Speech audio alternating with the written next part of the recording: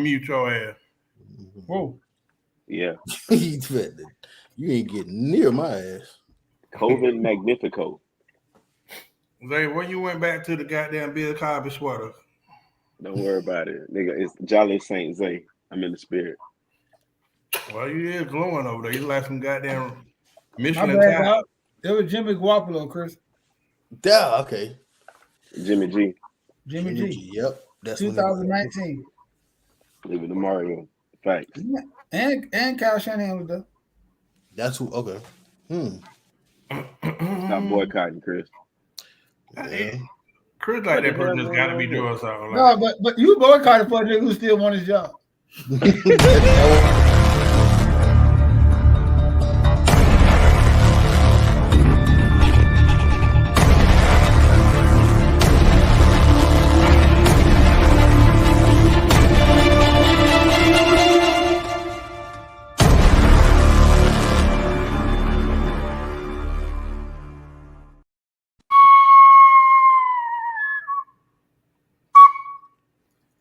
all is well. Yeah, it's coming from my next album, Midnight Cocoa Bean. Hey, welcome to another episode of the Black Super Friends. I like what me and Andre is trying to do in the universe. We putting out music. Like they said, you niggas don't deserve words. So try to elevate y'all minds, not y'all behinds. Okay? Well, since I can't reach some of you, I would like everyone to welcome everybody to another episode of the Black Super Friends podcast. I am the Horace Towns, known around the world, especially in St. Martin. I'm joined by my three best friends who, I don't know, yet to be seen. A lot of people think that my house is a green screen, but it is not. It's where I stay. And usually in the background, I'll have something playing, usually the football game, trying to be like my brother Chris Leo. But one thing I will not is put them raggedy Dolphins on my screen. Listen, they might be winning now, but I'd be dang if I support such mediocrity. We can't make you be great. Don't worry about it. All right, let me go to the person that's probably going to lose some money. I don't even know who they playing. Tonight he has on the Bill Cosby tribute, nice cardigan. You'll know him tonight as Miami Zay. That's right. Definitely not a pullover. And we'll be winning again. So you can add the hate. Hope y'all have a great night. All right. I ain't even put it on the screen. All right, next. Bifocal. Next, I'm going to a brother that the other night, I didn't see it coming. I am so perplexed that I don't know, they did sent Dak Prescott to hypnotism. He is playing like the person that they say Dak Prescott could be. And they won. I thought they could win, but I didn't think they were going to win. And I don't know how to feel about that. They actually won against the Philadelphia Eagles. So congratulations to top cowboy Super Mario Sr., who we have to endure all his memes every week after every win. Hey man, I'm still a little. I'm not satisfied yet. I got one more guy to take down, and then it'll be complete. One more guy to take down because Dak still didn't play his best, and we won by 20. But you just wait. I got somebody else on my Christmas list, and they've been naughty, and it's finna get nice. Hey, no disrespect, Mario, but I think that's his ceiling. I can't see him playing no better than that. Just be happy he playing good. Hey, man. MVP. What up, all right. What up, PJ? Welcome to another show. We definitely need your input. He supported my musical project, and that's what Good Friends are all about. All right, next I'm going to the man who, out of him and Mario, I think they're going to be in the NFC. They're going to represent the NFC in the Super Bowl. His team won again. He has a star player named Deebo Samuels, who I don't even know what his position is. He's just a football player, and he shows out every weekend. So congratulations to the San Francisco 49ers and their representative on the BSF, Chris Leo. Yes. Thank you. Thank you everybody for being here. Before I get started tonight, I want to give a big shout out to my sister. happy birthday, Latoya. I love you. Me and my sister relationship has grown strong and intensified in the last like 5 years, man. She comes to me with, for my opinions and my suggestions on things, and I'm not a person that come to women for their opinion like that. Not that I think that women's opinion is not smart enough or advice or anything like that. But I just, I think iron sharpens iron, and I normally go to a man when I need advice. But my sister is one of the women in the world that I will go to for advice because I appreciate it that much, and I love you. And I just want to say happy birthday. And she says she's 30 AET, not 38. She's 30 AET. I don't know. This is her thing she's saying today. Yes, I would like also to give happy birthday wishes to Latoya Ratliff, who gives me about 2 debates per month. Lately, we've been agreeing on stuff, so I know that's not going to make her happy for too long. I'm pretty sure with politics coming around the corner. But happy birthday to the sister of Chris Leo. Thank you for all that you do in Chris' life. I really see improvement every day. All right. Second of all, this show is sponsored by Habiki, and that is courtesy of the Don Wynn, my best friend. So thank you.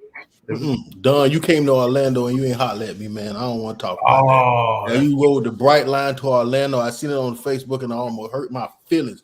Came to Orlando, you ain't even holler at me, man. That's messed up. That is true, Chris. It is true. All right, Auntie Evelyn is back on the cast to see Chris act the ass. All right, let me just get straight into it.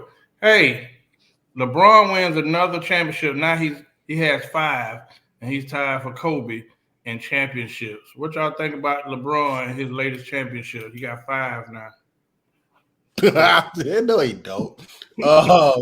First off, I want to say this. I want to give a big shout out to Adam Silver. I think he's one of the most forward-thinking commissioners in sports. I've seen him tinker with the NBA ever since he got there, and some of the changes I don't like, some of the changes I really do. But I always admire a man that's willing to make a change, whether people are going to like it or not. He's willing to innovate the game. He's made the game global, took it from what David Stern has. And I honestly like this in-season tournament. I was a little skeptical in the beginning, but I actually like it. I like the change of courts. I think that Adam Silver took from different sports. Like in soccer, they have a mid-season tournament, and in football, I think he took from the thing about football is you can schedule your life around it. Monday, Sunday, Thursday. The in-season tournament was on Tuesdays and Fridays, so you can prepare yourself and you can anticipate it. So I think that was a great thing, and I loved it. I ain't gonna lie to you, I really, really loved it until the championship. Once they won, I looked at it like, y'all out there popping champagne and got trophies and rings and shit. Like, for some reason, I was so hyped about it. But then when I seen y'all celebrating some championship on Saturday, when you got to play on Tuesday and the game is on the schedule worth the same, it kind of cheapened it for me. Now I'm gonna give it a chance, but it's like a great movie that just has a bad ending to me. But that's what I thought about it. So you watch basketball? Every now and again when I go to y'all house. So what's your thoughts? It was all right. I wasn't moved by it. I'm still tuned into my Dolphins. I'm just waiting until we get to the Super Bowl. But it was okay. It's still early in the season. All right, let me go down to I forgot they don't really do American sports. Football is my brother. I know it. It took me a while to even watch it because I was like confused. For one, the courts kind of threw my vision off. It's like all bright. It's like, but I agree with Chris' sentiments exactly about the NBA. I wasn't a big NBA fan like that growing up. I was more of a football guy. I really started watching the NBA when I moved to Orlando, and we started playing games and playing basketball more. And man, the NBA is impressive. Like you said, like Adam is finding a way to captivate audiences around the world. Not only that, I love the part that he give people a chance to make a gross income, like $500,000 in the middle of your job as a middle of the year bonus. It's pretty good, because I just seen a couple people who they were gonna make, I think, 525,000 this year. Just instantly went to a millionaire. They instantly became a millionaire. So I like that part of it. The only thing I don't like is that people who love LeBron will count this, as Tootie alluded to and was laughing about, joking about it in the beginning of the season. But I've been actually seeing people, oh, LeBron is this and LeBron is that. And the thing about it is, that's why I refuse to get in those conversations, because Stephen A. Smith, I don't agree with a lot. He said this one thing: I'm from Jordan's era, and I have to admit, it's nothing LeBron can do but win another championship to make me even think about putting him up in the GOAT category. It's nothing he can do. I don't care about scoring titles. There's nothing he can do. So I'm a little biased when it comes to that. So, and to everybody I see that's in LeBron's era, it's nothing you can tell them, because all they have seen is LeBron. So I understand. And it's nothing to do. But right now, I must say this, I'm going to let it go. LeBron is playing out of his mind. I don't know. I'm going to defer to Chris for this, because I was thinking about this question I was going to ask you. Is the league getting worse, or is he just that? Because I'm saying, bro, I ain't trying to be funny. I heard Michael Jordan say at 35, I was thinking about retiring, because I knew I had accomplished everything I wanted, and I ain't had nothing else to prove. LeBron's still playing. Shot. But LeBron is the reason why the Lakers won. LeBron is. Not nobody else, not anybody else who's 24, 26, 28. The oldest guy, second oldest guy in the league besides Conley is you know the other guy named, I can't think his name, but the second oldest guy is crazy. That is crazy, bro, to me. I don't want to prolong this, but Chris, what you think about it? I mean, I don't want to take away from his greatness. I just think that this is what happens when you have a professional, a true professional. You've seen this in Tom Brady. You see this in LeBron. You've seen it in Vince. You've seen it in a lot of players. I think that's going to start to be the norm. If you invest in your body, you can get multiple more years out of it. Those that don't, what's his name, Zion, he won't. But the guys that will, you're gonna see more of this. And plus, it's a softer game. You gotta think, how many times was Iverson hit while going to the basket? Michael Jordan hit while going to the basket.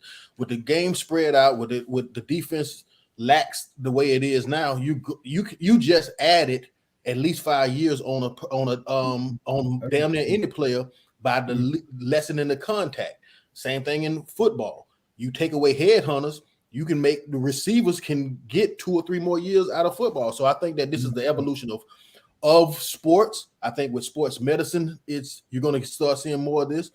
The only problem with this is the young guys. While LeBron is still shining, it takes away from. There's a young guy that's sitting on the bench behind him.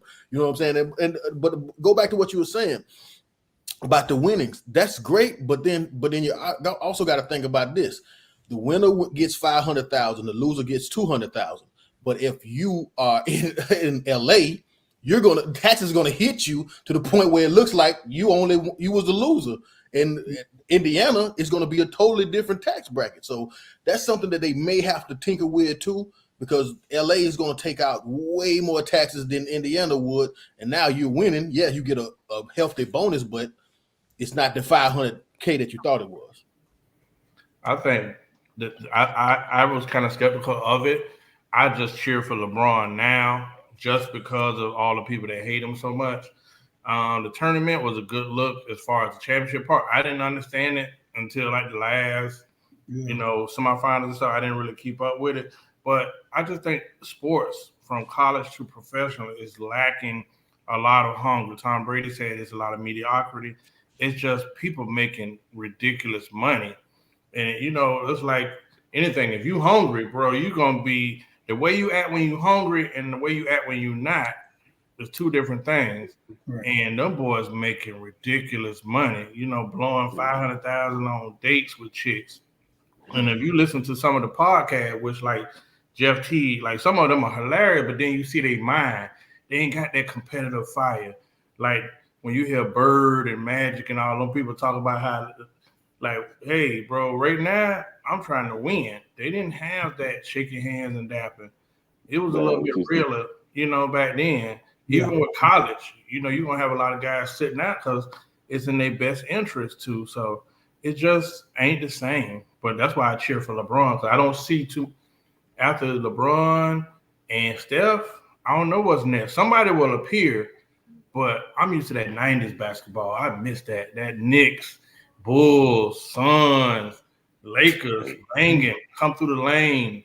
Like, you got to earn it. They ain't got that no more. Can't take away from LeBron, though, at 38. That man is a beast out there right now. He's doing this thing. But one thing you did say, Horace, and they always talk about that, is that earning potential right now that they make. So I think that does take away from the hunger. Like you said, those guys back there were playing. They weren't making a quarter of what these individuals are making now. So they are a little bit like. So we're not going to see that, what we saw. Detroit Pistons and Chicago Bulls style basketball. Jordan going to go see the Knicks in New York. That's not happening no more. So got to get used to evolution, my boy. What I will say is, just to sum it up, man, I think that I'm an avid basketball fan. I would love basketball as my favorite sport. But even I, as a big time fan, I don't emotionally involve myself into after football season. That way I can give it my attention. And I think that this tinker by Adam Silver gave me interest enough to put some emotional investment into the early part of the season before the All-Star break. So I thought it was good. Overall, I thought it was a good thing. All right. Well, listen, college football, the bowls about to start coming up. You got NBA play. Yeah, I was just about to say, so which we should boycott. But I don't think I don't even know if some of them players gonna play. A lot of them, I know USC and a couple players like, why chance my career and get hurt? So I'm not supporting it. It's gonna hurt my spirit, but we got to stand up for our reign this year and whatnot. Shout out to Bron James Jr. He only had 4 points, but them dang ticket sales were going anywhere from $400 to $50,000 for a ticket to watch his first collegiate game. And he has some nice moments on the court, but it's nice being the king's son, because somehow they had him predicted to be on the draft board next year in the first round. So unbelievable. But LeBron gets what he wants. All right. And Negro news, I must go to the mascot, the architect of chaos. I don't know if y'all seen this Negro here in the news, but I'll play a clip. Charleston White at a show antagonizing some people in the audience, and then security was not ready for a blitz, and you'll see what happened. Took a couple hits. I already got the back here. I already got the back here. I don't give a damn about getting booed, nigga. I done already got paid. You paid to see me, nigga. You paid to see me. Lakers, chairs, and wearing ass, nigga. Pull out some money, though. Pull out some money, though. Pull out some money, though, nigga. Bitch ass, nigga. Pull out some money. Pull up. I hit you on your goddamn head, nigga. Pull out some money, nigga. I hit you on your goddamn head. Pussy ass, nigga. Hit you on your goddamn head. Pussy ass, nigga.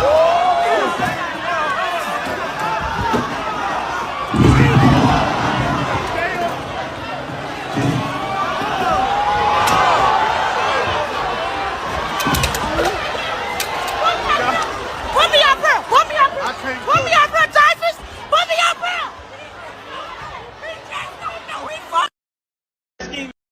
So nobody will put your big ass up there. Put me up here. Put me out here. Put me out here. Ain't nobody put your big ass on stage. They knew better. But listen, man, I know Charleston White did an interview with Cam Newton, which was, I think if you took the time to listen to it, it was impactful. It was a great interview. He had some moments on there for ratings, of course. But now that people are kind of seeing what he's really about, or he claims he's about, you see moments like that where you kind of be like really? Because in reality, he has a warrant for his arrest now. That's pretty much assault. He's probably going to get sued. And he did take a couple licks from the defensive end that came in on that blitz from the side. So, hey, I keep saying when they catch him, it's gonna be on, man. So, Zay, you like foolery, man. What you thought about that? Hey man, they finally got my boy. You know what I'm saying? They caught up with him. Shout out to his homeboy though, because the dude who got cracked with the pot, boy. If it wasn't for your homeboy, man, you probably still be counting birdies. But I don't know, man. Charleston, I think, is who he said he was. You feel me? He's doing all the things that it takes to get y'all attention. He's dropped down to the level of the individuals that'll now pay attention because he's doing what they tap into. I think he mirrors a Kevin Samuels of sorts. See, they started off one way, and then once they realized that they weren't getting the much needed attention that they needed, they flipped the script and they figured out a way to get y'all to pay attention. And by golly, it's working. And sometimes you got to take an ass whipping. And this time, he got it. Even though he said he left out unscathed, that video shows different. Either way, go ahead, guy. Mario, what you thought about the pinata?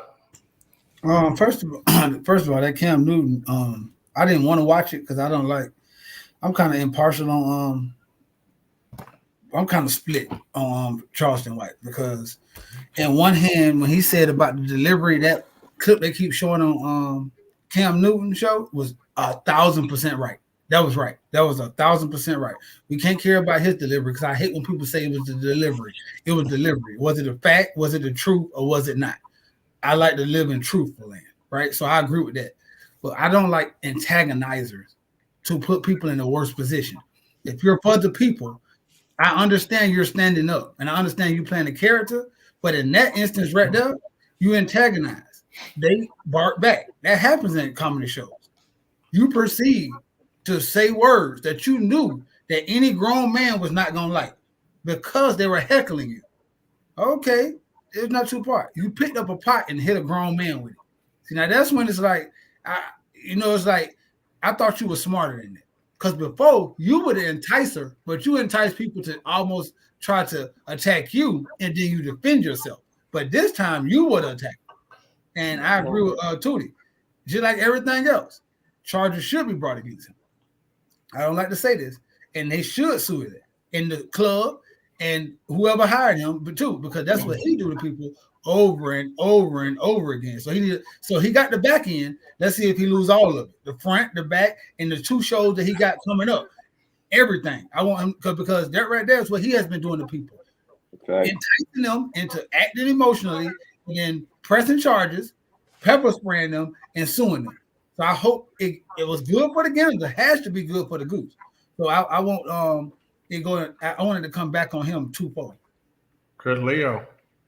I thought it was sad, funny, quite funny, amusing, but it was sad. I don't know what started it. I don't know the origins of it. I just know that, like Horace said, Charleston White is a provocateur. That's just what he is, and he's made a history, and it made him famous. All I can do is all I can go out for what he said. After he said he was. After the interview, the video that he put out after he was screaming F mob ties. Mob ties is a gang. I want to call them a gang. Is an affiliated crew in Texas. That sounds to me like street stuff.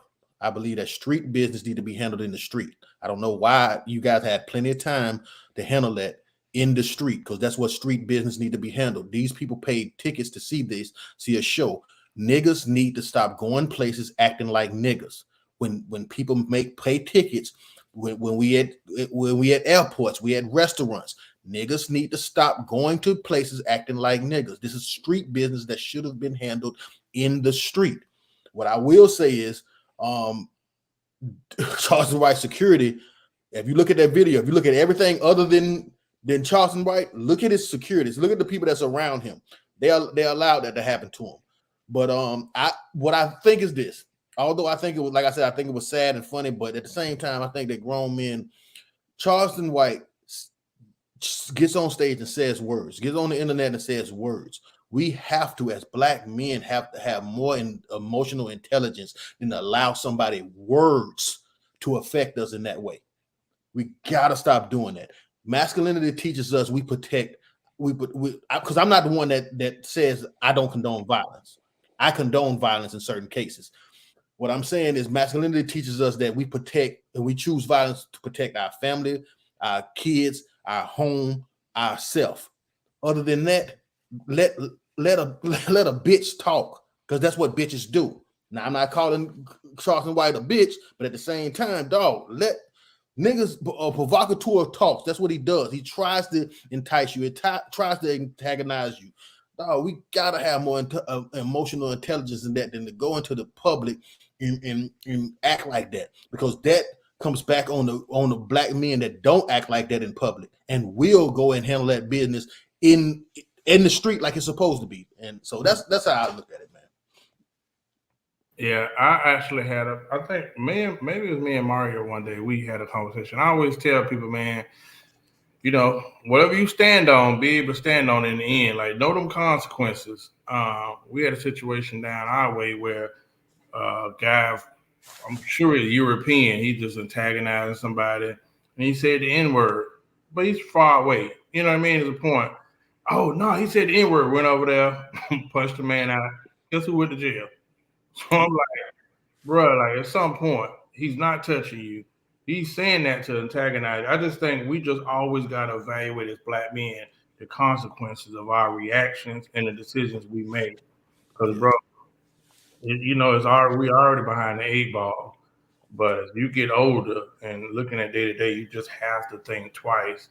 Because there's a lot of dudes in prison right now thinking like, bro, I wish I would have not pulled that trigger. I wish I would have not went over to her house. I wish I would have not drove that car. Like, you know, some decisions you just can't recover from, man. And I think that's a big one. Chris, since we on that, tell me something that other people value that you don't. Dimes. I don't value dimes at all. When I think of it, clarify. Dimes, like the baddest, finest women in the world. Okay, go for the streets. For me personally, I feel like this. Not that I don't appreciate them, because I love looking at dimes. But to me personally, I think that as a porn watcher, some of the most beautiful women are porn stars.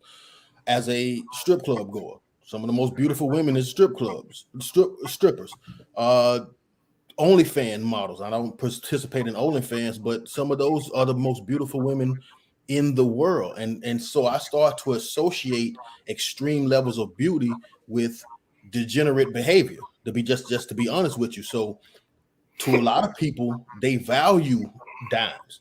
I personally don't, because I start to associate that level of beauty with degeneracy. I associate that level of beauty with predators towards rich men. Those are the women that I see that's trying to take rich men to the cleaners. So me personally, I know a lot of people that does, and not to say that I don't like looking at them, and I don't like, you know, doing all of that. But me personally, Stephen A had a clip where he was talking about he liked a strong sevens. You know what? I kind of felt him on that. I understand. So to answer your question, just simply, dimes. I don't value that as much as I believe that other people do. So I hope that answered the question. Miami Zay. Brother. Hi. I'm gonna say probably titles or money. I see so many people get hung up on titles as if they don't know who they are. You know what I'm saying? You are who you are. You don't need anyone to label you. Just act accordingly. Money is the same way. I've seen people do anything for it. Snake individuals, lose relationships that they've had for the love of money. And I just don't think that is rated as such. Now, don't get me wrong. I think that money is very, very important. However, because it's a tool, you just got to be used. I just don't think that it's everything. Because I understand, I know both walks of life.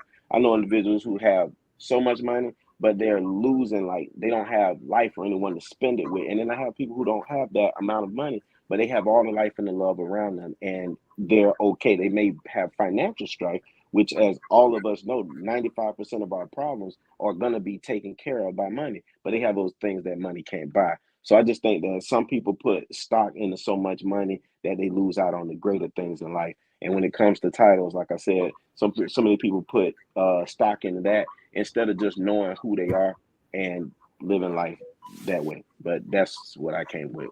What about you guys? Mario. People's feelings.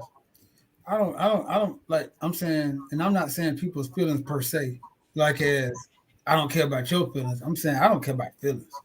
Like, I think a lot of people get too wrapped up into how they feel, or how this make them feel, or how somebody feel. But everybody got. I just got to talking to my daughter. Several people online tag me and stuff. But I don't care about how you feel, because your feelings is no book that you can read. The Quran, the Bible. I forgot the book of Songs, the book of Neat. Is no book to tell you focus on feelings, because that's the way to the light. None. It's no profound person who have reached the highest top tell you embrace, cuddle, or coddle feelings, and you will get to a stronger point in life. Feelings are overrated, and this is the reason why single-handedly America's suffering from obesity, because we eat our way through our feelings. We're suffering through suicide because we can't learn to deal with our feelings. And we're suffering through poverty because we can't pull up our bootstraps and get out here. I don't care about feelings. And I think a lot of people right now in this world really care about feelings. Facts over feelings. That's for damn sure.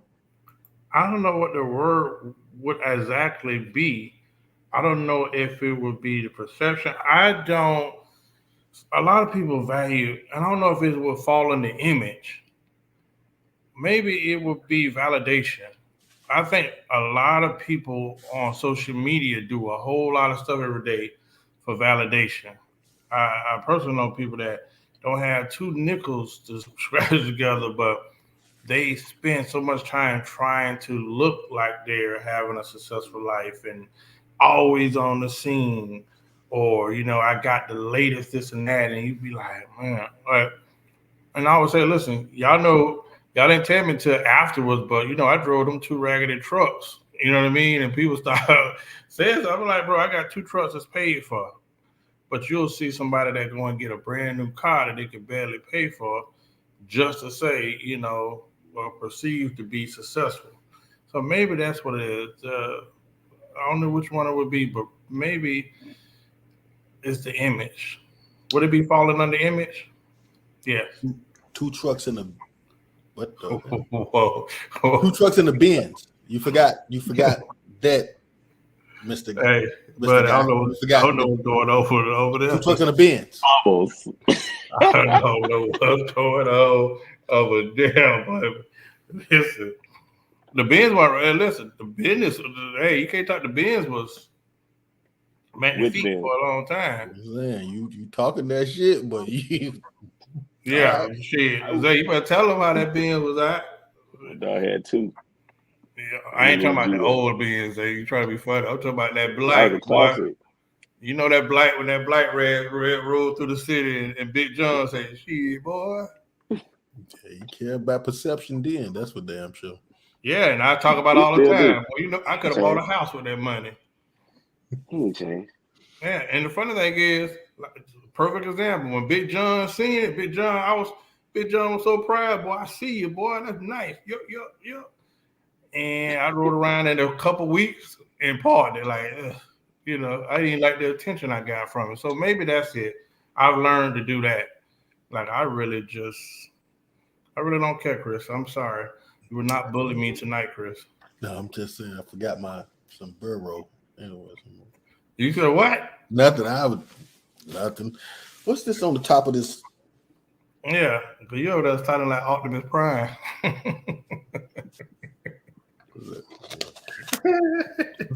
What was we talking about? I can't get quick, but I gotta catch my bro, man. All right, listen. So last week, Chris, your question was, cause I think it's two questions in one. Last week you had a whole tangent where you was like, you on the dating profile, you wanted to know what it mean when women say they're looking for God-fearing men and something else, men of God or.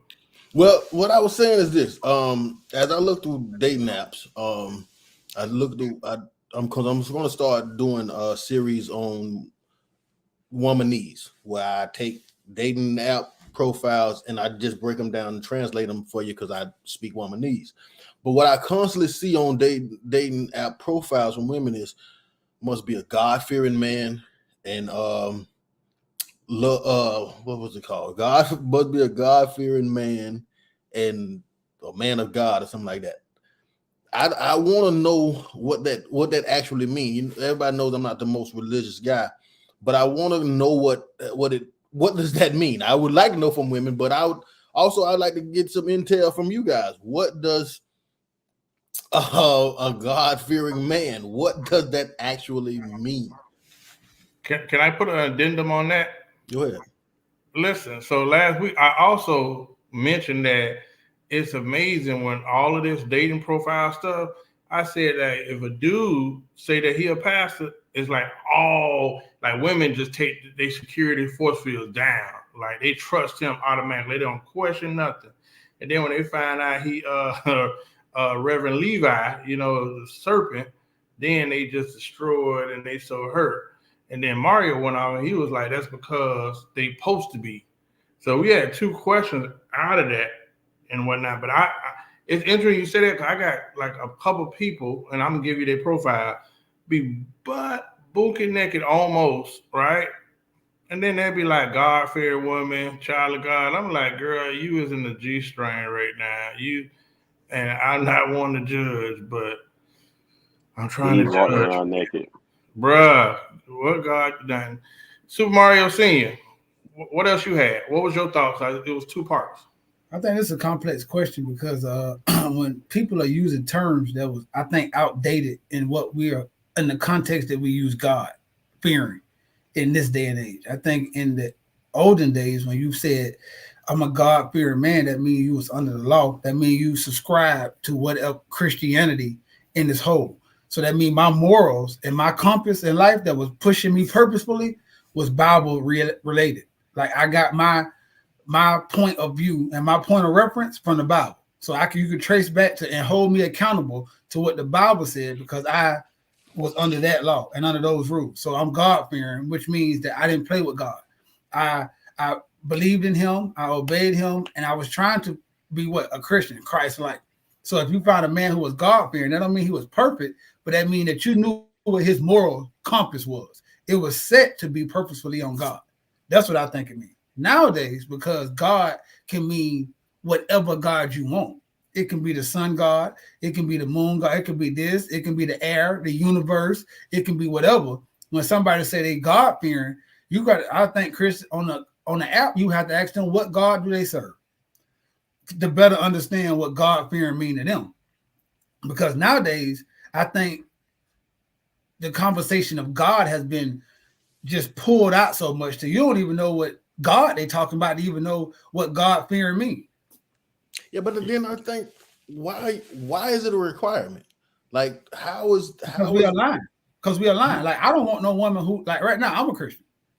So right now I'm a group of Christians in the room together and they align. I'm talking about. See, you're not listening. I'm talking about morally aligned. We're not talking about I agree with everything. I'm saying my son is raised as a Christian because my wife is one. She's not a Muslim, so we don't have to say, hey, we're not gonna have Christmas this time. We're not gonna do this time. We're talking about fundamental values. We're not talking about align with I'm agreeing with everything you say. Two people. I'm talking about most Muslims agree on a lot of stuff together when it comes to raising their kids or how to hold their household or how their woman should be. Most Jewish people do that. Most Seventh-day Adventists, they go to church on Saturday. That's what I'm saying, like fundamental purpose. So right now, if I meet a Christian woman, fundamentally, we should have the same beliefs. Now, that's not always saying everything we believe. You know what I'm saying? But I'm just saying, like, we should believe that I'm pretty sure most Christians celebrate Christmas. Most Jehovah's Witnesses don't. So right now, if I get somebody who are Jehovah's Witness and I'm a Christian and they say, my kid's not growing up to celebrate Christmas. That's a fundamental problem in a relationship. The two definitions that I got. This one is right. This one right here, and the one that you said. None of those things can be perceived prior to actually being in a relationship.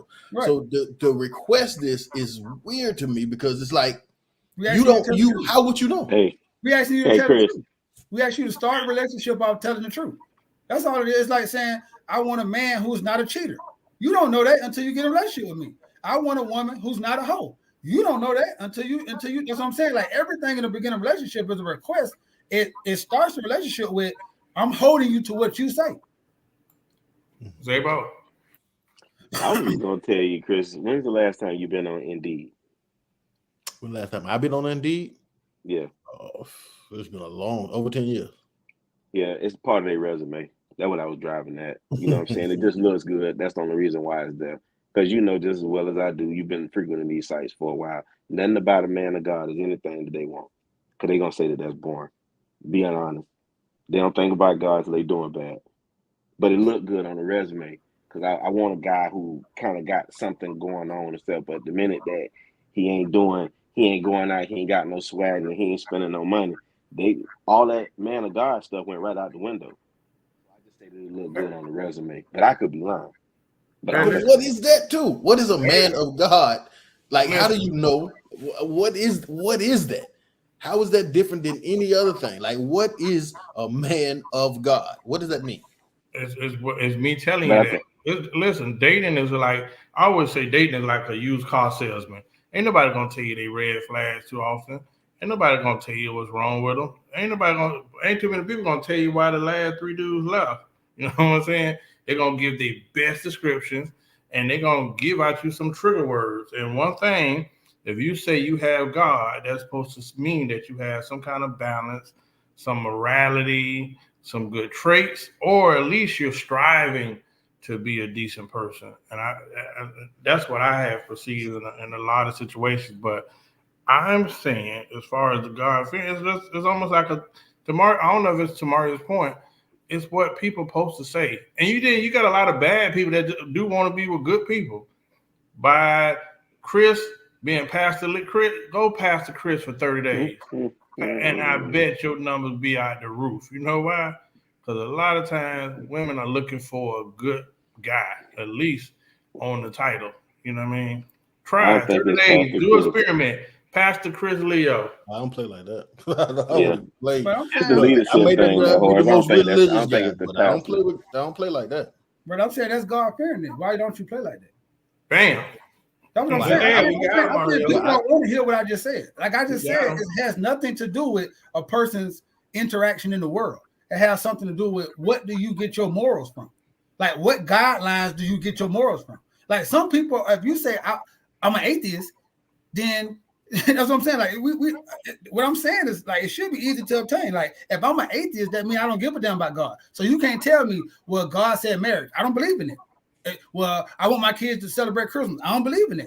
I want to pray at night. Can you say a prayer for me? Don't say that shit in my house. That's what I'm saying. So when you say I want a God-fearing man, we're not talking about you want to be perfect. We're not talking about I want you to be a Christian. They're not saying that. They're saying they want you to be why most people say that, because they use it so loosely, they're saying, I want you to adhere to what the Bible preaches. So at least I know some kind of moral compass way that you align with some kind of way of being good. And you just ain't out here doing whatever the hell you want to, or you're doing something against me. Not even some you want to, because I keep saying, Muslim people and Christian people have different belief systems. Values, yeah.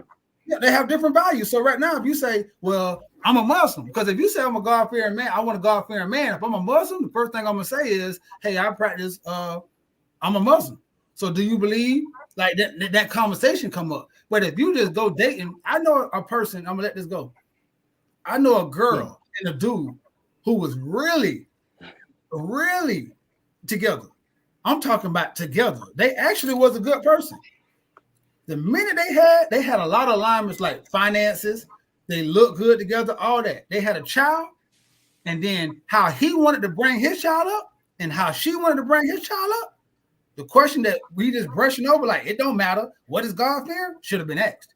Because he would have said, this is what God-fearing mean to me. And she would have said, well, hey, this is what God fearing to me. And then they would have had that conversation, and he would have seen, yeah, I can't have her be my baby mama. And she would have said, this can't be my baby daddy because we're going to have constant turmoil because we want to raise our kid fundamentally different. And that's something that people don't talk about. They just gloss over, and I think it's serious. Can you put Vanessa's comment up? See, this is the reason why I don't waste my time asking women for advice. Deep stuff like this. This is an in-depth question. It has to be layers. You can't just say something to me because I have rebuttals for things. And that's when men have conversations, we take our time, we break the shit down because everything has to have a meaning to me. You just saying that you want this seems like word service to me. Just like you just want somebody to say something to you so they give you plausible deniability to move forward. What I'm saying is if you say you want a God-fearing man, if that's what you really, really believe, and that's what you really, really want, the characteristics in which Zay said, and the characteristics in which Demario said, that the only difference between just a decent, solid man is the fact that he said the word God. Those two are the same exact thing. As a person that's not as religious, so I'm not going to get it just because you said it. I'm not as religious as you. I don't have the same beliefs as you. So what I'm saying is this: I may not know about everything about God, but I operate my life as if he does exist. That's how I conduct my life. So when I'm asking questions, I ask questions in depth, not just for surface answers. So if they can give me an answer, I'm going to want to go more in depth into it. If you don't have the time for it, then don't answer my question. Don't indulge. But I think what you just said is what most women want from a man. What you just said, I conduct my life as in God is real, and then I have some kind of reverence for God. Like, because I think right now what you're saying is you always say this, I'm not a religious man. I think religion and God fearing is two different things. So I think that right now you might not care if your child go to church or not, right? That has something to do with religion. But you're going to want your child to acknowledge God because you're God fearing. It's some people who don't acknowledge God. Like, don't bring that to me. Like, that's not what I do. You see what I'm saying? Well, let me give you this scenario. I don't know if I say that she has to acknowledge God. What I say is you ain't going to play with God. Because I don't know, like I'm not a Bible reader, but I know what my grandma taught me when going to church. Because I was always taking to church. Don't say his name in vain. So you can't. So my daughter can't come to my house saying, "Oh Jesus." I'm like, no, wait a minute, hold on now.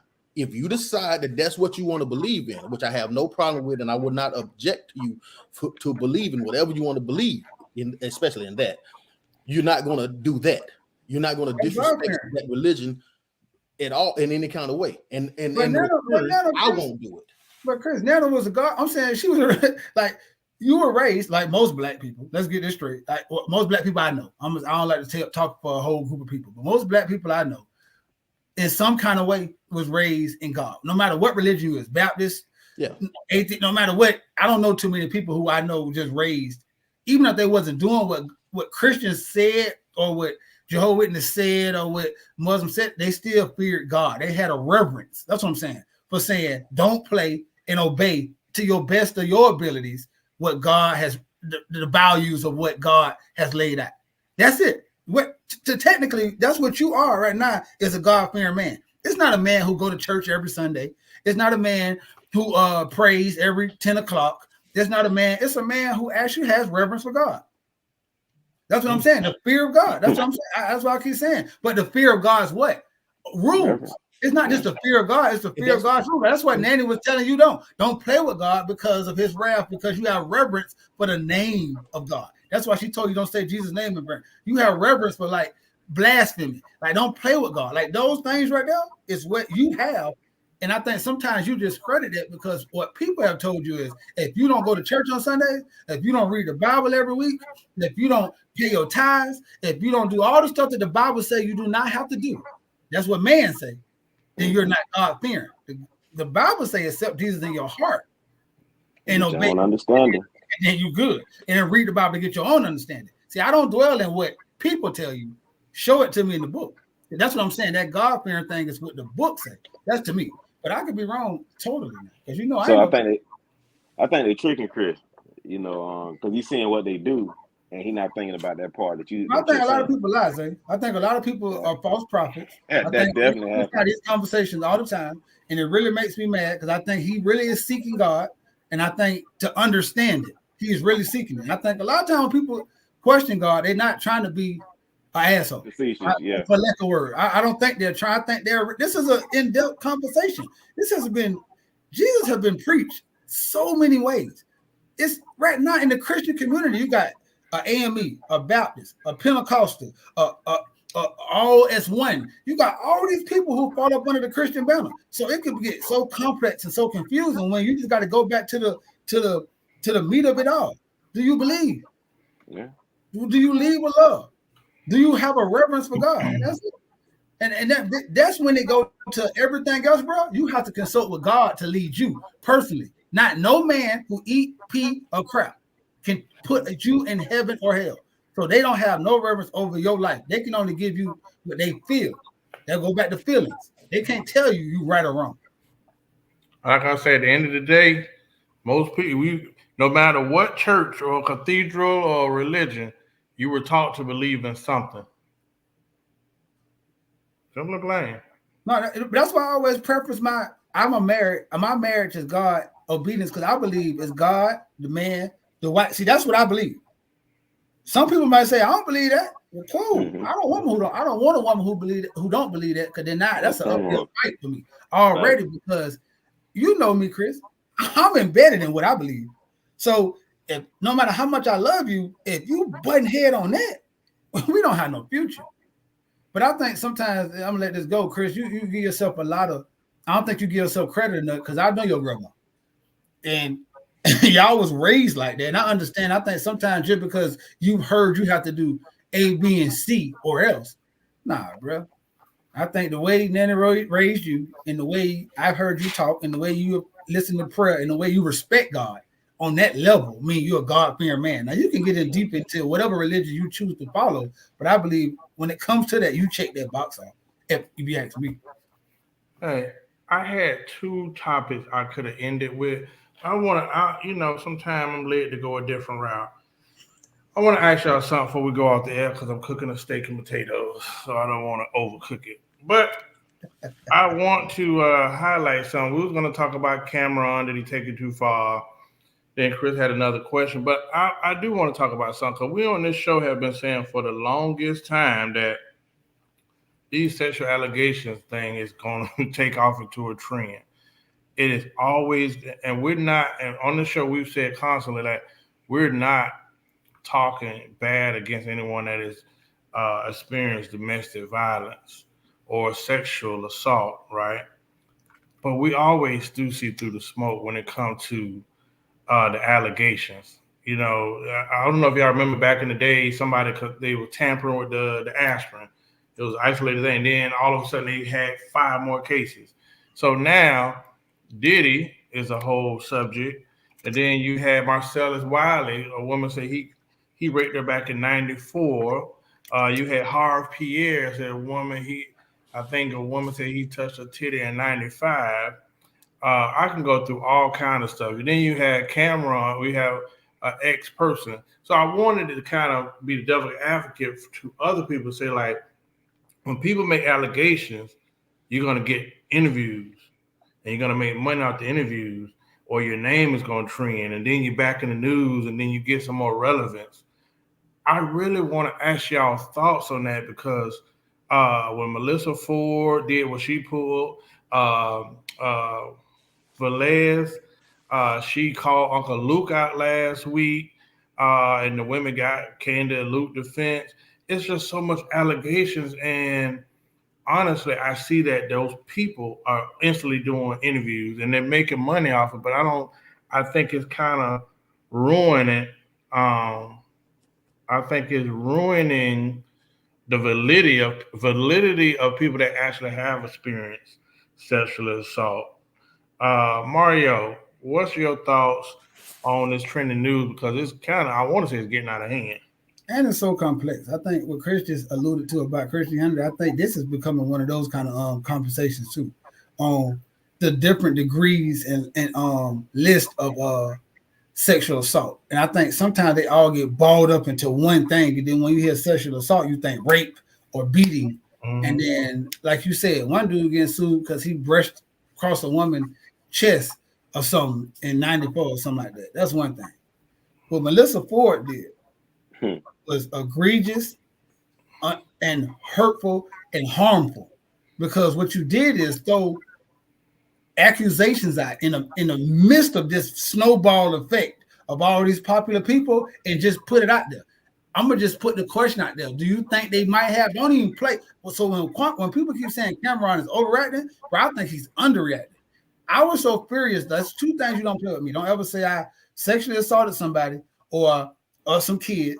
I stole or I snitched or any kind of alternative lifestyle. Some of that stuff, don't play with me on.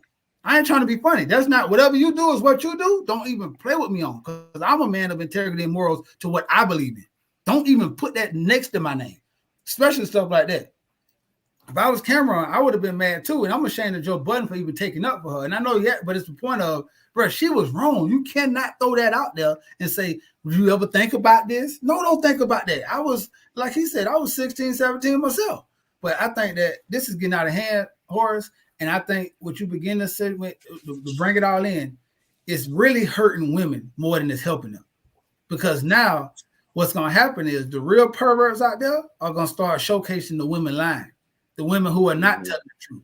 And then that's going to start evening out. Like, we can't believe these women no more. And we hate to get back to a time where we don't believe women.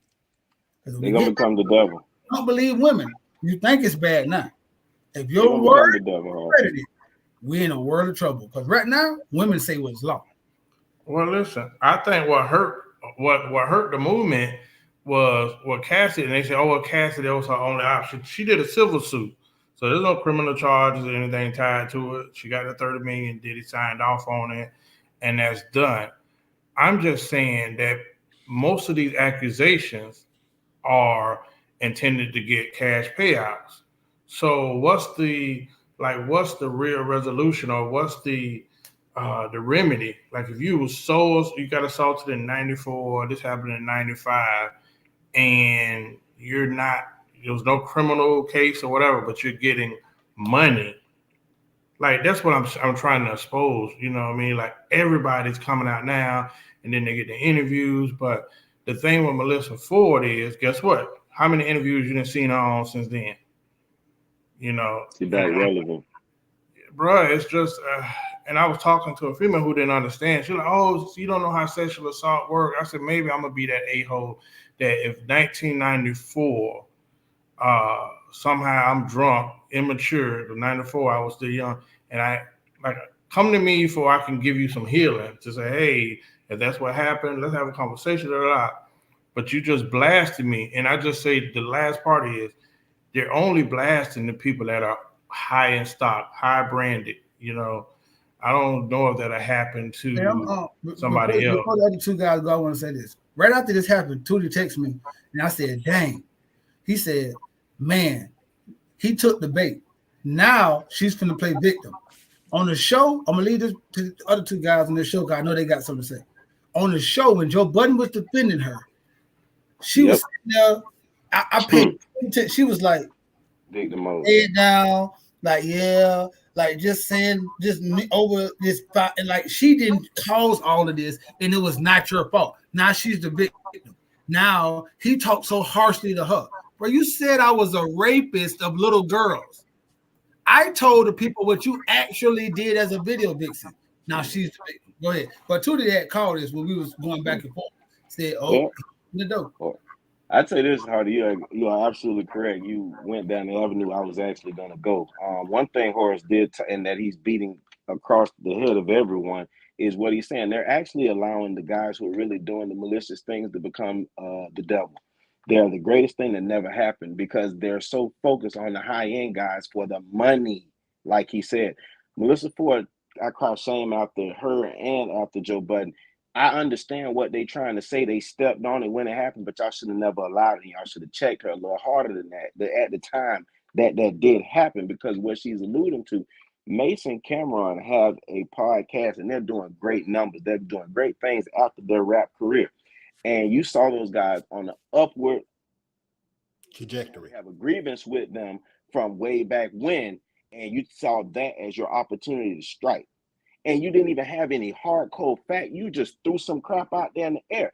As a man, all you have is your balls and your word. And attached to your balls is your name. Don't ever, like Horace say, attach my name to any of that funny stuff, because that's not what they stand on. And you don't have any type of evidence to go with it. So that makes it bad, because what are you looking to do? Get back in your heyday of when I was it girl and when I was relevant, and you're not. You're actually a sidekick to Joe Budden. So now, they did what they're supposed to do. They extinguished it when it first happened. But then to bring it back up after this man felt played about his name and to try to act like you stand on business, that's real Joker behavior. I cannot even condone what he did. She was wrong. Everything that Hart is saying is correct. If you watch that video, she cowers like a little girl. But when she made that accusation or threw it out there, she was very brazen. And for that, I can't respect that, because for the women who are actually having this issue, she's playing the long game for money, and what you guys have really going on is a real issue. Ain't gonna ever see the day of light. But that's my piece on that. I'm sorry, I don't want to go on, but that's what I saw and felt, and I feel like she tried that man. He's not wrong. Call him petty or call him childish. He doing what he feel like he need to do. Don't ever tell nobody how they feel. But that's my piece. If I go to Chris, Mike Tyson said he was innocent of rape. You'll still see people try to interview him, and they'll mention, oh, you remember Mike Tyson, who was convicted of rape, blah, blah, blah. The way they do black men with allegations, even after it was found to not be true, you'll hear, oh, you remember Chris Brown, who was accused of sexual assault back in these days? It's like, bro, the assassination of our characters, our brands, our names, that's what I'm trying to get people to say. Like, right now, I understand being mad because you did something so reckless, and knowing that's gonna stain me, and especially them boys doing good right now. And then for a sister to come along and throw that out there for you can make what, $30,000 on 2 interviews. And it's crazy because they'll say that we don't protect black women, but that was egregious, man. Y'all could have handled that a whole lot better than you did, especially with you not having any warranted information or any hard code facts to just throw that out there. That's crazy. But I don't think they'll ever see it that way. That's the sad part. I used to look at Chris, and Chris used to get on here and go off. But now I understand it so much more, because it's like, bro, to hear some of the comments when they post these stories, to see some of the women comments, I'd be like, God damn, we're in trouble, man. Chris Leo.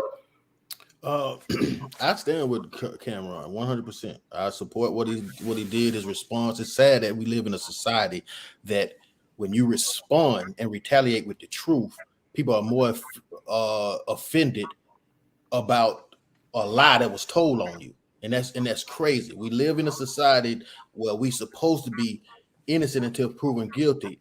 Well, everybody is innocent until proven guilty, unless you're a man, especially a black man. Mm-hmm. For Melissa Ford to do what she did at this time in this atmosphere is the most egregious shit she could possibly do. Accusing a man of pedophilia, if you get convicted of pedophilia and you go to jail, you have the hardest time possible. You can kill 20 men, and you will have a harder time being a pedophile in jail, because they have convict justice for pedophiles. So to accuse a man of that is blatantly irresponsible, negligent, and just full of shit, dog. Just, you cannot do that. But we live in a society where there's nothing that you cannot do to men. We live in a society where we claim that we care about rape, that we care about rape victims, that we care about sexual assault victims, and we claim that we care about pedophilia. In Cameron's scenario, in his story, the only rape victims is Cameron and Mace. The pedophile in that case is the woman, is the hooker.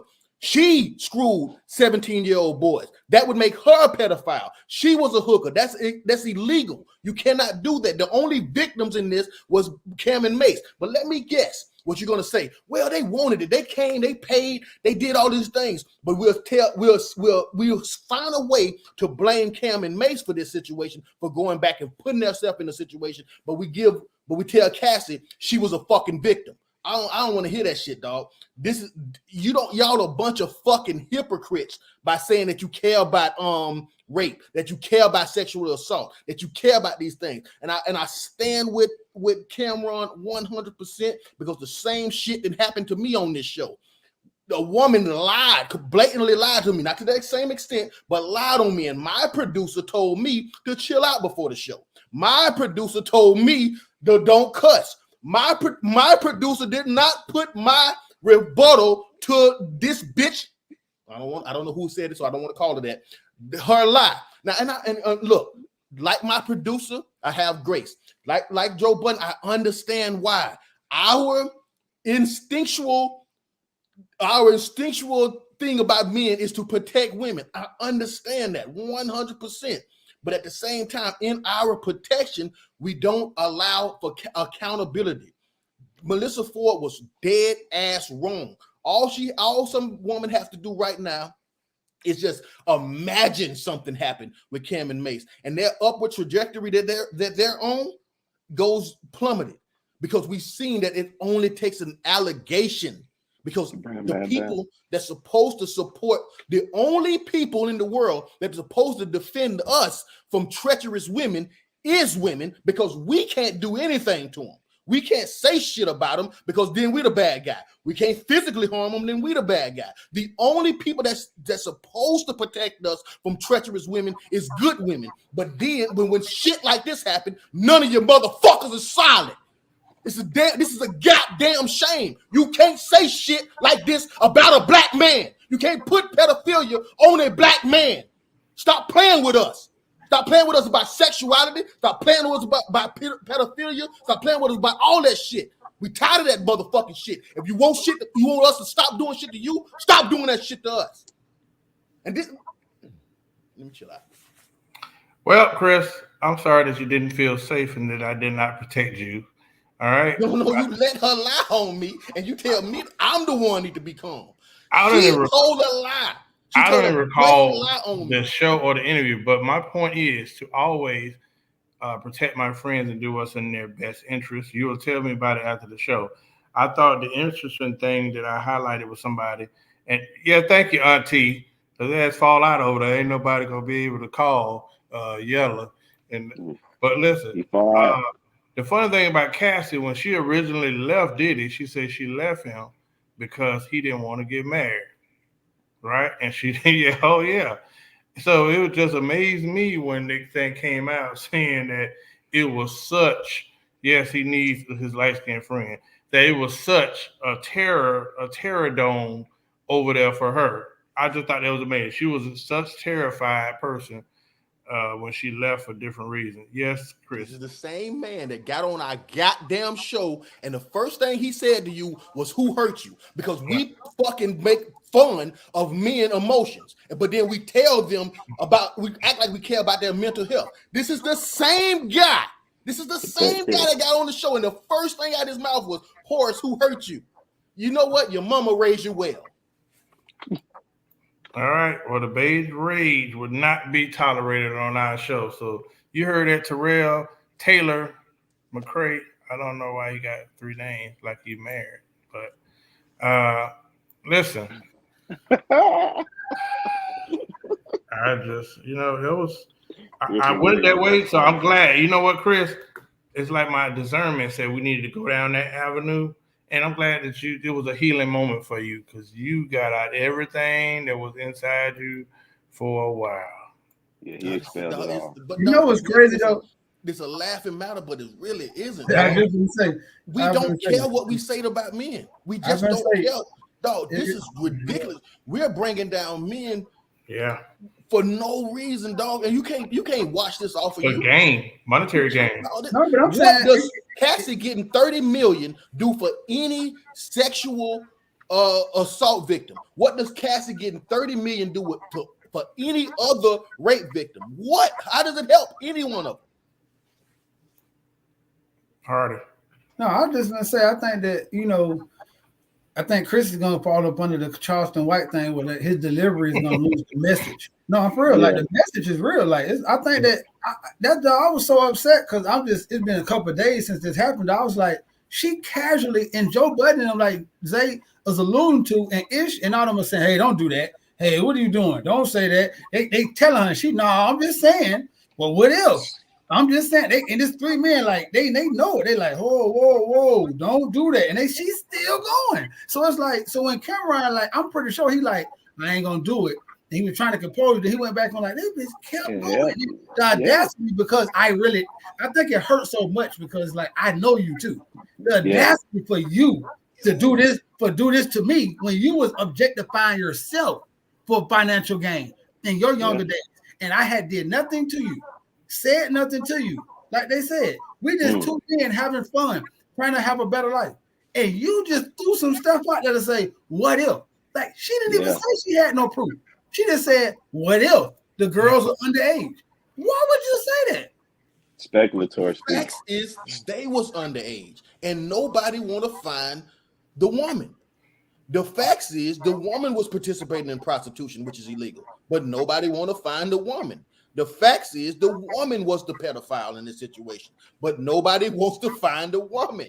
Nobody cares about that. And but we want to claim that we care about sexual assault victims. We want to claim that we care about rape victims. We have a story right now in the news about a teacher screwing a student in the car. But that is not more popular than this news. This is insane, but then we act like we care. We don't give a shit. We don't really give a shit. And then you get mad at me and call me like a woman hater for being pro-man when who else is going to do the shit? Because nobody else want to do it. I'm gonna stand on it every single time. Every single time. I'm pro-man. I'm not anti. That doesn't make me anti-woman. That don't make me hate women.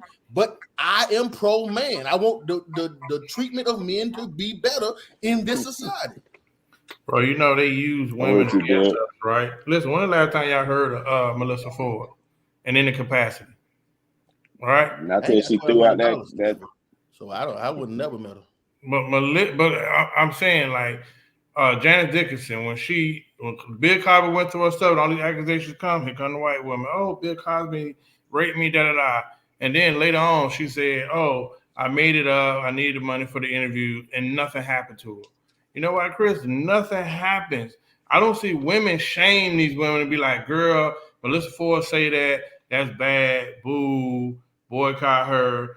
Nothing is no charges when a woman lie. Hell, sometimes you can't even get the story redacted. Like, to run another story to be like, hey, this what happened. It was a band teacher, not the one that killed us. It was another situation here where the girl had lied on the teacher and dude had to move away and find out it was false. And it was because she couldn't get it. Like, it's so much. Yes, Chris. You heard the story about the Bills kicker? Dog, he was killing it in preseason. He was supposed to have a amazing career. And then the lady accused him of something. He wasn't even there. He wasn't even there to fight himself in trial, and the NFL still won't get this man a job. Damn. No, this off of allegation, dog. You could just say something about a man, and it's like we the one have to prove our innocence before we even got found guilty. It's insane, dog. It's insane. Then her apology, you could tell Joe Budden told her to say that. So I understand, like, when she apologized, because on the show they're trying to, hey, and she's steady going. So when she come with the apology, you could tell he told her to say that. So come on, bro, I don't want to accept that stuff, especially if I know you. That's sad. It is. Raising two little boys right now, I have to always. I don't fool with Joe Budden. One, he waffle colored. Two, I don't make jokes about being bisexual, and then you find out you are bisexual. And I don't listen to no nigga that sit around three other grown men and sit Indian style. That's the gayest thing I ever seen in my life, bro. Joe Biden, or the Joe Biden. Yeah. Sucker stuff, bro. I wish y'all would come to my house. I'm sitting on the couch, Indian style. I'm like, bro, that's the gayest shit ever. Never in my life, bro. What's Ron DMC brother? Because that's all that's how he said all the time. Oh, well, you know, he kind of weird. He always been. He has always been weird, bro. But you see him when allegations came, bitch. But even that, did you see that? You got. I want to talk about that next show because it's mandatory for homework that everybody who gets to watch that interview. Because I never heard he took 9 lie detector tests. See, that's what I'm talking about. Why was that never told? That he passed every lie detector test. Why don't you say that? That's what I see. I've been wanting to say that, man. This is crazy, bro. This is crazy that you that she took her husband over 800 million. Used the company for collateral. He's a convicted felon. It's like this is crazy, but all you hear about is Russell did this and he talked to Kimura when they was young. Now they tying him in the Puff Daddy, and it's crazy. Now they got married on the hook. Yeah. $800 million. And every single man is saying, don't take Mary to jail. Because that's what men do. We try to protect women. We don't accuse them at first. We don't laugh when when the shit get brought on them. No man, I think, wants Mary to go down for some shit like this. None of them. But we don't get the same on the other side. I can't say women hate men. I could just say they don't have love for them. How about they talk to? Listen, Danny Boy is spilling all the tea. Listen, Danny Boy about to take men and women down for sexual assault. Bro, he is singing like a bird. Need to sing some music, but you know, it's just a bad situation. I just had to share that because Russell got out the country. They can't touch it, but the man said they took $800 million. He did 9 lie detector tests. Hey, bro, like, at what point do you not lose your mind? So, oh, man, that's another show. Chris, I got a headache. I don't know why. Chris gave it to you. Don said, please don't generalize. Yes, I will. Don't tell me what the goddamn do. First of all, you came to Orlando and didn't see me, so just off rip, we beefing. And 2, yes, generalizations are valid. Generalizations are valid. Then don't tell me not to generalize. And at the end of the day, I said women. If you want to put all in front of it, that's your thing. But I said women. If I say dogs bark, that doesn't mean maybe all dogs don't have to bark, but that doesn't make the statement invalid. Just angry. Hey, Don, you went to Orlando. Don't know how you knew. No, Don, I don't want to hear that apology. You, Melissa Ford. all up in the airport AC. Come holler at me, man. I could have pulled up. Stop playing. Yeah, that's the true thing. Bright lined all the way, man. Hey, Don said she's not gonna receive that ankle. See that, Chris? Hey, man, I was laughing. Listen, y'all got another show, man. I came up with a headache, and I don't know if it's because I was just so angry that it's coming out, bro. But it definitely is frustrating being a black man dealing with this stuff, man. Because it's like, do nobody care? Nobody told you that the road would be easy. And that's fine. You don't have to care, but shut up about us. We're not begging nobody to care for us, but then don't do all this bullshit to us. We'll care for ourselves. We fine with that. But then the hate, the lack of empathy, that's the problem. I ain't heard nothing about no Russell Wilson just patting. Yeah, I think that's a lie, Terrell. He's a hard, I don't know. He's a hard watch. Yeah. Yes, I definitely miss you, Donnie. I let go of my brother Russell Wilson beef when Future started that beef back up and put him in the verse. You know what? I got out of that then. Yeah, really. I don't know. Shout out to Offset, who did what young Negroes do, lost his wife and family. Bro, he always the dunner this time. Like, bro, you can't lose a woman that allows you to have. Bro, come on, dog, chill out. I don't listen. We gotta have a conversation about cheating in the house. You're rich. You can go cheat anywhere. bring somebody to a home that you and your family, your wife own. Like, bro, I don't know, people that do that, that's just like mind blowing to me. Like, you can go anywhere in the world and you choose to cheat at your old lady house, or the people that cheat in the bed. What is that, Chris? Allegedly. Yeah, allegedly. All right. But I'm like 50. That nigga did that shit. Miami Zay, are y'all winning? No, this ain't publicity. It ain't publicity. He out there on the streets. She about to go get a couple bodies, and then they'll get back together. She gonna pay him back. These new chicks. Nah, that's a cock for a cock out here. Miami Zay. Buy a cup. You a hater. Don't worry about it. Buy you a mug, Chris. Can you please showcase our beautiful mug? I kind of got it too far away, so if I get up, I just like be all out of screen. Say no more. Don't worry about it. Patronize us. Thank you for shouting out and hanging out with us all Monday night. We'll see y'all next Monday. Terrell, I will bring you back on the show, but you verbally assaulted me and I don't feel safe. Give us an apology first. His comments you don't care about men mental health. He don't. He's on here defending the Sierra slander. You know, like he is truly a light-skinned brother. I see it. Don't trust Mia. Yeah, whatever. All right. Me in no fashion. Probably my sweater anyway. The reason why we're going to talk about Russell Wilson on this show is because the only place that matters is MVP talk. And that's Dak, Dakota, Rain, Prescott, Mr. McCray, Taylor, Tyrell. We do not talk about such travesties on this show. We're going to talk about winners. We don't care if he won 5 of his 6 games. He lost the first ones. So until he mattered, that's what will matter. The only AFC team we care about is the Dolphins on this show.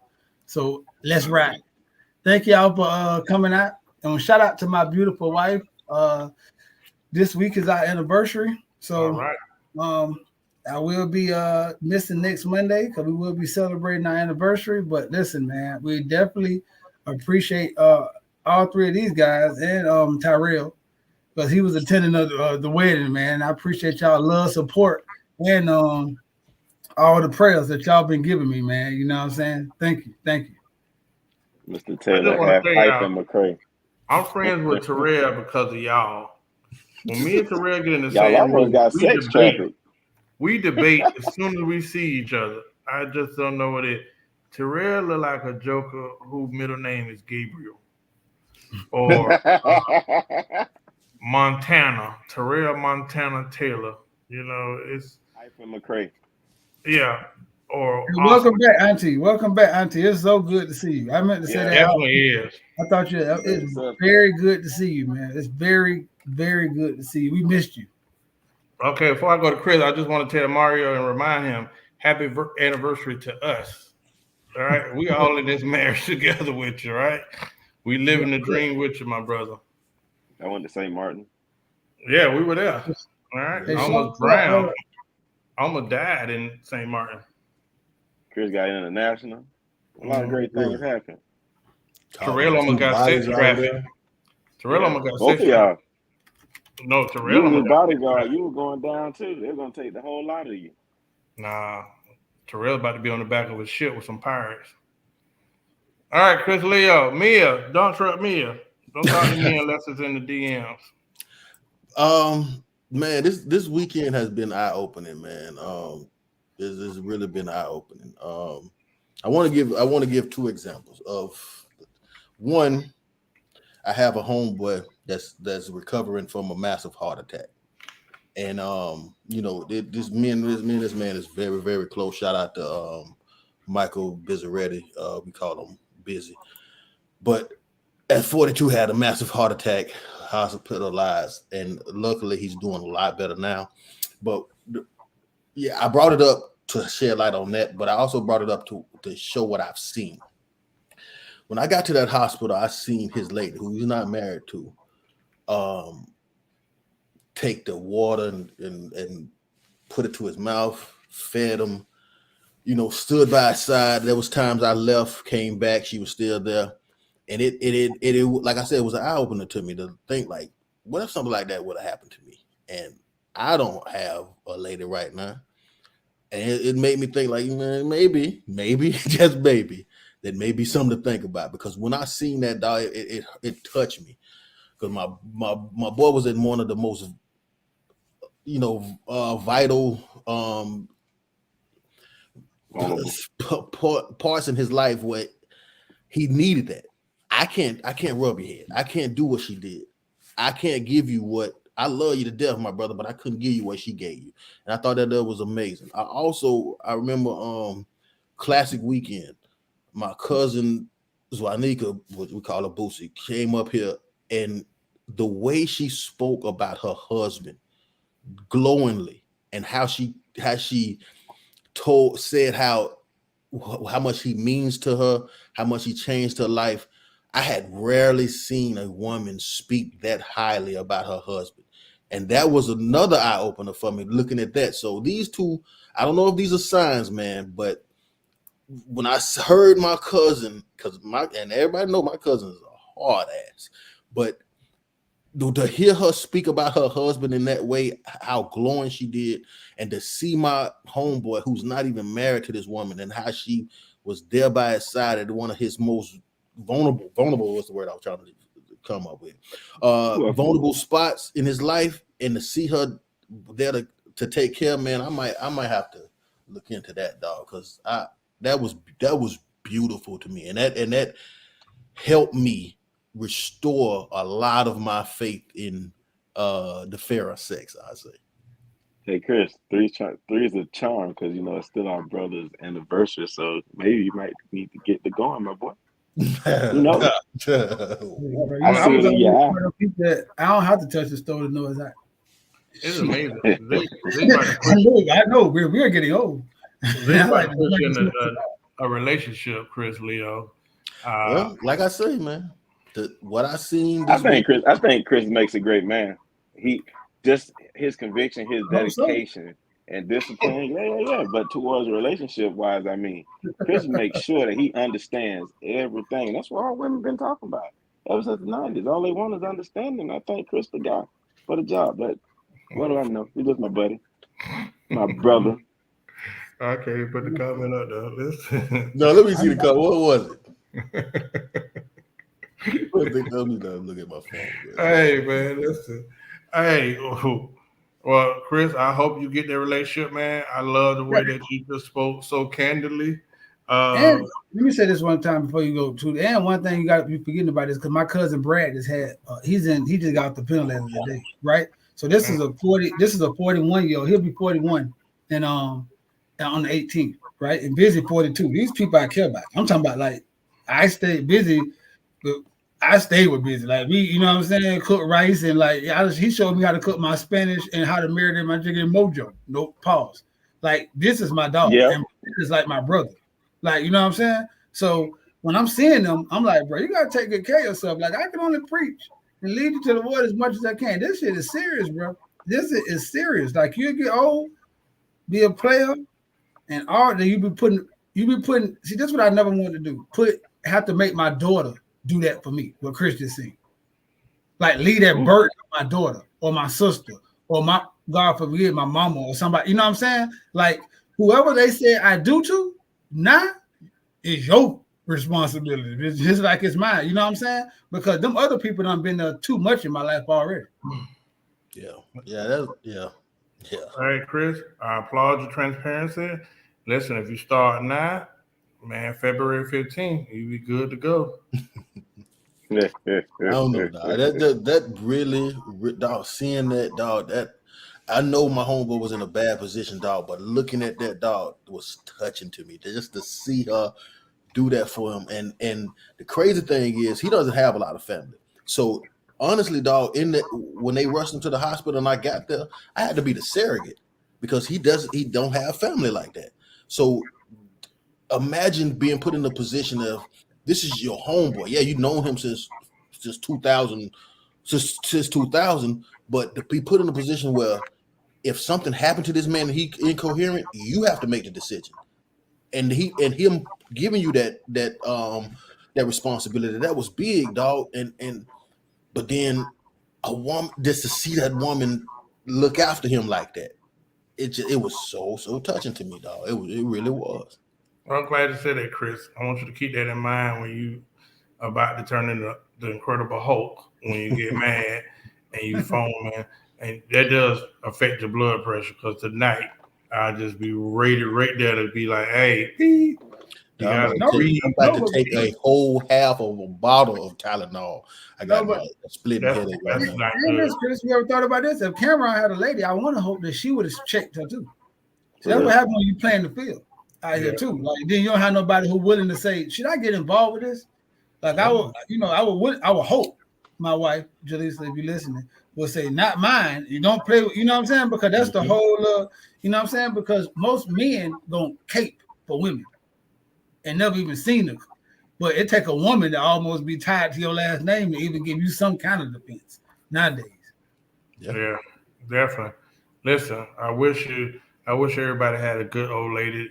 It's what God designed for you. You don't want a Joe Smith wife in your life. So, hey, I have never seen somebody try to duck child support in this manner.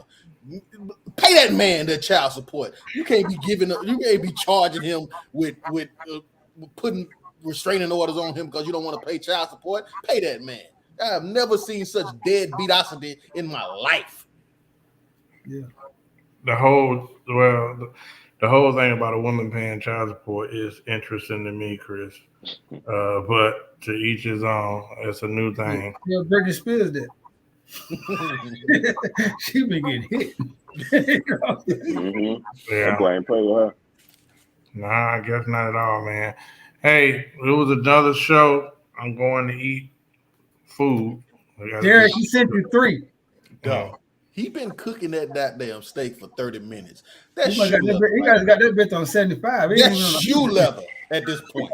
I got that bitch cooking at 200.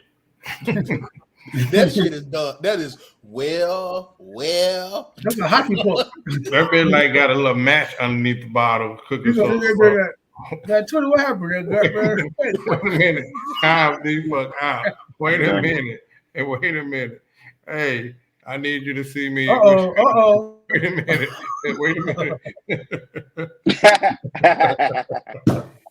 Putting it together on here. Hey, that's definitely. Hey, y'all, Derek, go in the inbox and tell Auntie how old you are, man. Listen, to God be the glory. We will see y'all next time on the Black Super Free.